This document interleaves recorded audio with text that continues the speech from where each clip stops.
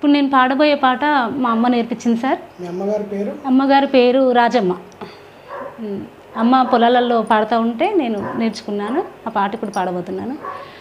మికలు పోయే దారిలో నాను కలెండా మోసిన సావి, మికలు పోయే దారిలో నాను కలెండా మోసిన సావి, మేకలొచ్చి మేకలొచ్చి మేకలొచ్చి నూకలు బుకితే